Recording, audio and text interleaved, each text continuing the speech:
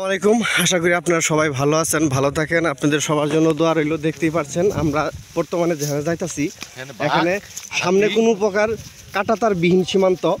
এখানে কিন্তু আসলে খুব ভয়ঙ্কর এলাকা। দেখতেই পাচ্ছেন আমরা দুই পাশে যে আসলে আঁকা বাঁকা পথ, এর মধ্যে আমরা গহীন জঙ্গলের দিকে যাইতাছি। আমরা আসলে যে এখান থেকে ইন্ডিয়ার যে সীমান্তটা আছে, কাঁটাতার বিহীন সীমান্ত, ওখানে আমরা যাব। চল ভাই, কিছু বলেন, কিভাবে যাইতেছেন? কষ্ট হইতাছে? ভয় লাগতেছে, বাঘ আছে তো হয়তো বাঘের আক্রমণ করতে পারে, তো আমরা সাথেই থাকবেন।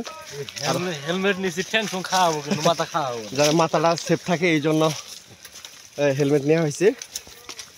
তো আমরা আসলে অনেক দূর থেকে আসছি। এখানে যে কাঁটাতার বিহীন এই যে বড়ই পাহি আছে, কিন্তু খাওয়ার মানুষ নাই। মানে ঝাঁকি দেন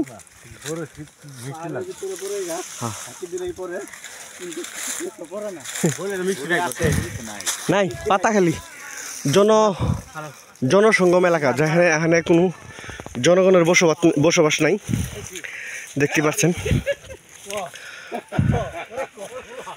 তো আমরা একটু হেঁটে হেঁটে আমি সামনের দিকে যে কাঁটাতার বিহীন যে সীমান্ত, এই সীমান্তটা দেখাবো। যে এই যে সামনেই কিন্তু আসলে কাঁটাতার বিহীন সীমান্ত, এর ওই পাশে কিন্তু ইন্ডিয়া।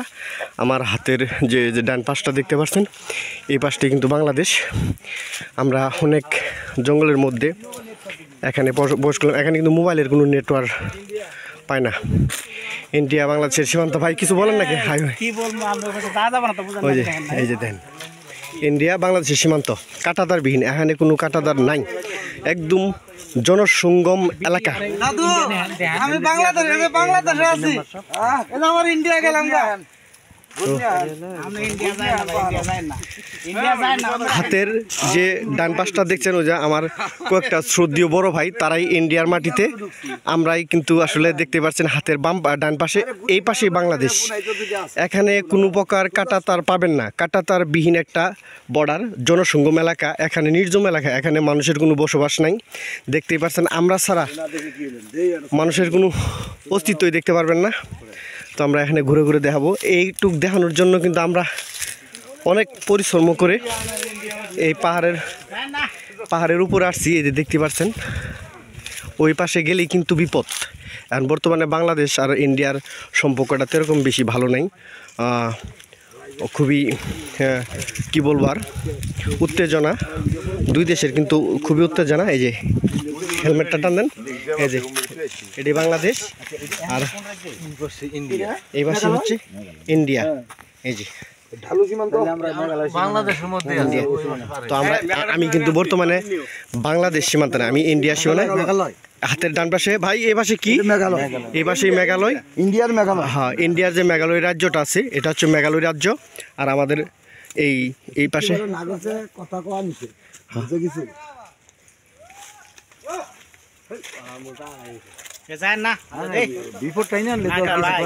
গুলি করে দিলে শেষ, কিচ্ছু করেনি,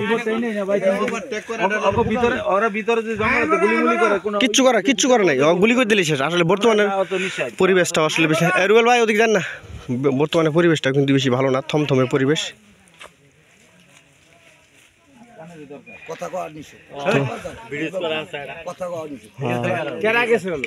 আমরা কিন্তু ইন্ডিয়ার মাটি, এটি ইন্ডিয়ার মাটি। দেখেন খুব ভয়াবহ অবস্থা। আটকাবেন দিছে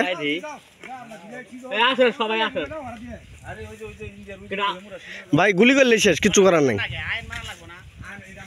দেশের আইন মানা লাগবো।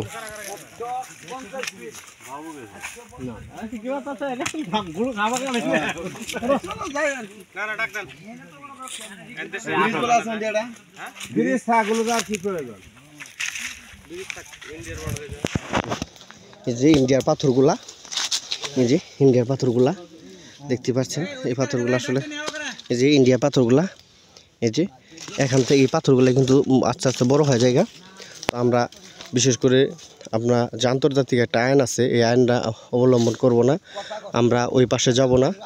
তাদের এই পাশেও যাব না, কারণ হচ্ছে বর্তমানের যে বাংলাদেশের পরিস্থিতি, বর্তমান ইন্ডিয়া বা বাংলাদেশের পরিস্থিতি খুবই উত্তেজনামূলক। হ্যাঁ, হয়তোবা তারা আক্রোশ অনুযায়ী গুলি চালাতে পারে, আমরা একটু সাবধানে থাকবো।